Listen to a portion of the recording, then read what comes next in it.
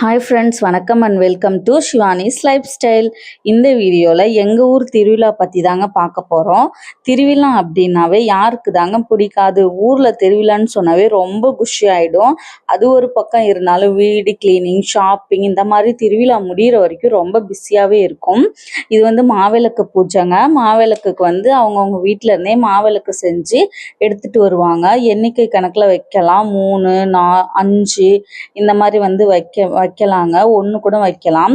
அது கூடவே நம்ம வெற்றிலை பாக்கு, சூடம், பக்தி, தேங்காய், பழம், பூ இதெல்லாம் அம்மனுக்கு படைக்கிறதுக்கு எடுத்துகிட்டு வருவாங்க. இது எப்படி எங்கள் ஊரில் எடுத்துகிட்டு வருவாங்கன்னா, மேலே அடிச்சுட்டு ஒவ்வொரு தெருவாக வருவாங்க. நம்ம மேளத்துக்கு பின்னாடியே அவங்க கூட ஒவ்வொருத்தவங்களும் அவங்கவுங்க வீட்டிலேருந்து ஊரை சுற்றி வரணுங்க. கோவிலில் வச்சிடணும். வச்சதுக்கப்புறம் ஒவ்வொரு தாம்பலத்துலேருந்து பூசாரி சூடம் சாமிக்கு அவங்க கொண்டு வந்திருக்கிறத எடுத்துருவாங்க. எடுத்துட்டு ஒவ்வொரு மாவிளக்கும் எடுத்துருவாங்க. எடுத்துட்டு அதை சாமிக்கு படைச்சிட்டு நம்மளை வீட்டுக்கு அனுப்பி விட்டுருவாங்க.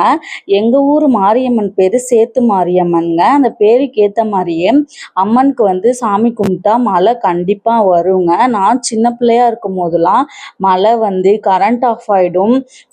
மண்ணெண்ணெய் இருக்கு இல்லைங்களா, அதுல இந்த விளக்கு ஏத்திட்டு தீப்பந்தம் பிடிச்சிட்டு அம்மனை ஊரை சுற்றி அழைச்சிட்டு வருவாங்க. நைட்டு தாங்க எங்கள் ஊரில் அம்மன் வீதி விழா வருவாங்க. நைட்டு தூங்குறதுக்கே 3 மணி ஆகிடும். இப்போ ஒவ்வொருத்தவங்களோட வீட்டில் இருந்தும் இது சுண்டல், பொரி இந்த மாதிரி அவங்களால என்ன முடியுமோ அதை சாமிக்கு செஞ்சு அம்மன் வீட்டுக்கு வரும்போது படைப்பாங்க. படைச்சிட்டு நாங்கள் சாமி கும்பிடுவோம். அவங்கவுங்க தாம்பலத்தில் எரியிற விளக்கு எல்லாமே வீட்டிலேருந்தே ஏற்றி எடுத்துகிட்டு வருவாங்கங்க. இது மாவிளக்கு அன்னைக்கு நைட்டு கூத்துக்கெல்லாம் ரெடி பண்ணிட்டுருக்காங்க. எங்கள் ஊரில் வருஷம் எவ்வளோ மாடர்ன் ஆனாலும் இந்த கூத்தை மட்டும் விடவே மாட்டாங்க. கண்டிப்பாக 2 நாள் கூத்து வச்சுருவாங்க. சுற்றுப்பட்ட ஊர்லேருந்துலாம் வந்திருக்காங்க பாருங்கள். அங்கே எல்லாம் வயசானவங்க தான் வந்திருக்காங்க. அம்மன் வீதி விழாக்கு ரெடி பண்ணிட்டு இருக்காங்க. இது அடுத்த நாள் மஞ்சள் நீருங்க.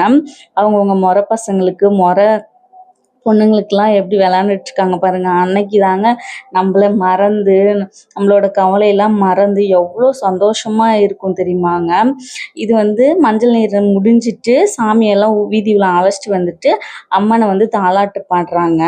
தாலாட்டு பாடிட்டு அம்மனை கொண்டு போயிட்டு உள்ள வச்சிருவாங்கங்க. உள்ள வச்சுட்டா அடுத்த வருஷம் எப்போ சாமி கும்பிடுறாங்களோ அப்போதான் இந்த அம்மனை வெளியே எடுப்பாங்க.